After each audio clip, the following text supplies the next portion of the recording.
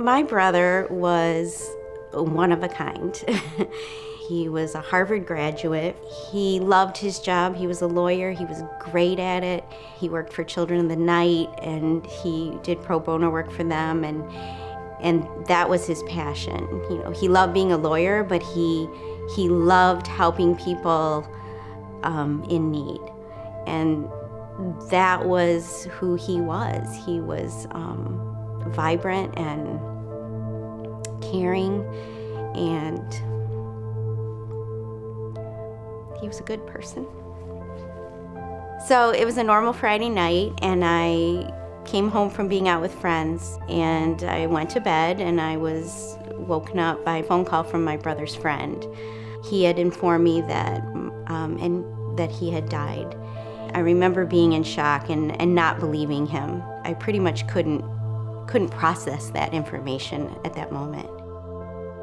I felt like I was in this black hole, that everything stopped, time stopped, and I didn't even know where to go from here.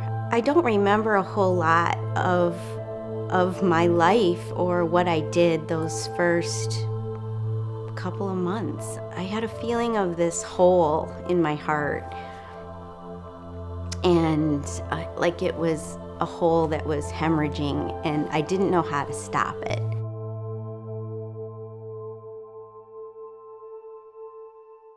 Three or 4 months after my brother's death, I heard about a group. The other people in the group had lost their siblings, but years prior. So I was the new person, and they just let me talk, and they wanted to know my story. They could relate to my grief because they lost siblings too, so they understood all of the different aspects of my grief. After many, many months, I went to a group meeting, and we had a new person come to the meeting. She was fresh in her grief. It had only been a month, and she had lost her sister. And as she was talking, I realized that I had changed. I realized that I could relate to her grief, but I could also separate it from my own. I was there listening to her like the other people had listened to me when I first came to the group.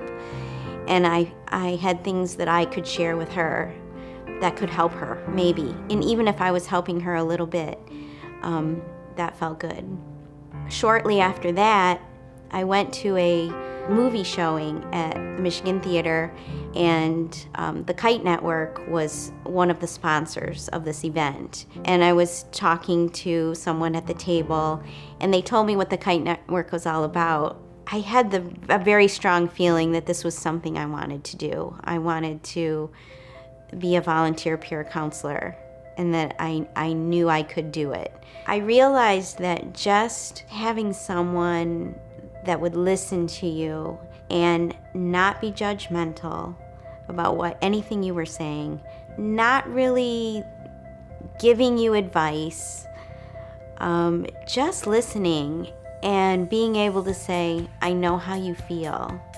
Those are the kinds of things that are so helpful when you're going through grief. I wished I had found the Kite Network before I did. I wish I had found it when I was fresh in my grief.